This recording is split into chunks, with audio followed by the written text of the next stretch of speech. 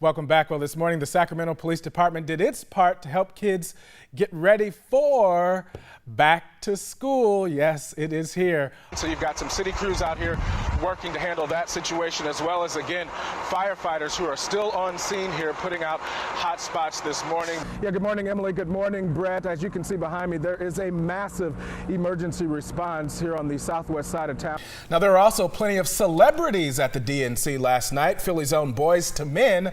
They kicked off the convention. Academy Award winner Susan Sarandon was there with Florida delegates supporting Bernie Sanders. Also there was talk show host Jerry Springer. I've always loved Philadelphia. We've got Amy on traffic and Rob. It was bearable yesterday, just bearable, but when I walked outside this morning, I could feel it was already warm, so that signals what? Yeah. It's happening. Yeah, this is the real heat. All right, we're getting some breaking news out of France this morning. Police in northern France have killed 2 attackers who used knives to seize hostages in a church. One hostage was killed and another was seriously wounded. The French president is suggesting that the Islamic State group is behind the attack. It took place in a Catholic church in Normandy, France. The Paris anti-terror prosecutor has now taken over this investigation. It's 11:11 now to your voice, your vote. This morning, ABC News has learned Republican officials are exploring what would happen if Donald Trump were to drop out of the race. ABC's Lana Zach has the very latest from Washington. Turning to the life section now, children often arrive tired, scared, and lonely at San Antonio's Children's Center, but a group of women hope to warm their hearts one quilt at a time. Always a great story behind a quilt. And they're almost always one of a kind. Yes. So, yeah, it takes a long time to make them, so your quilt is your quilt. We don't need a quilt here, not this week. I'm telling you, this is going to be another one of these rough days. The air quality's bad, it's smoky, it's going to be hot, but tomorrow, we get to talk about tomorrow. All it's going to be a whole lot better. Tomorrow. And the mornings have been nice. We have that going for us. True. 81. Let's turn now to health news this morning. For many Americans, using technology isn't just the wave of the future. It's a way to improve our health. But are those advancements leaving our seniors behind? With more, here's ABC's Dr. Timothy Johnson. In other health news this morning, the threat of the Zika virus spreading here in the United States has left many of us concerned. So we sent out ABC 10's Carlos Salcedo to UC Davis to help us separate fact from Zika fiction.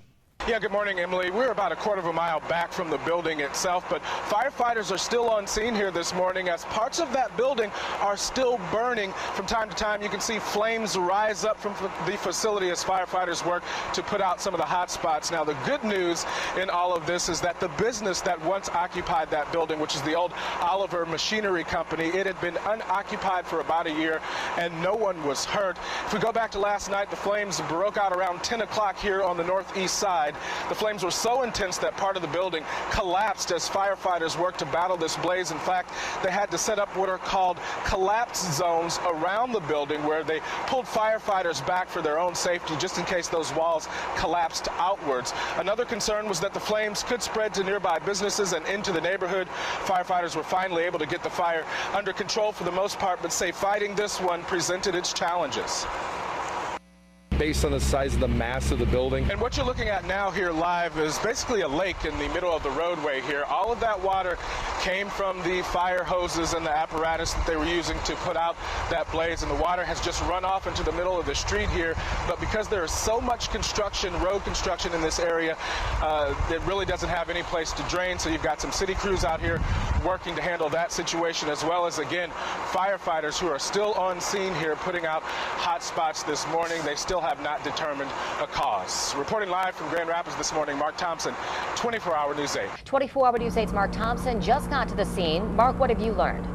Yeah, good morning, Emily. Good morning, Brett. As you can see behind me, there is a massive emergency response here on the southwest side of town as Grand Rapids police and fire respond to this explosion. Let me get out of the way so you can see exactly where we're talking about. We're at 901 Freeman off of Market. This is the Masslink Brothers trucking facility, and they say sometime around 4:20 there was an explosion here inside one of the buildings that actually blew windows out to one of the buildings here in the facility. Grand Rapids Fire is on scene right now. They are keeping us pretty far back because it is an explosive situation and they want to be cautious.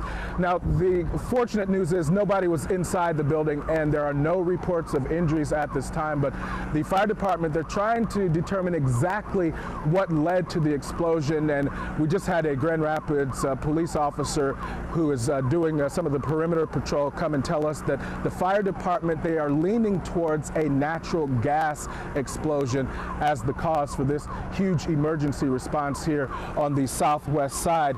They are not evacuating anyone from the surrounding area. This is pretty much an industrial area here on the southwest side of town, and they say that they are going to continue to perimeter this area to make sure that none of the public comes in and out of the surrounding facility here. This road that leads into the MassLink trucking facility is actually a dead end, so there's no way that people are going to be coming through this area, but they want to make sure that that is the case. That's why Grand Rapids Police is set up a perimeter, and the fire department, they continue to investigate inside here. They say that they had to put out a fire that also took place as a result of the explosion, but again, right now they are leaning towards a natural gas explosion. Fortunately, no one injured here this morning.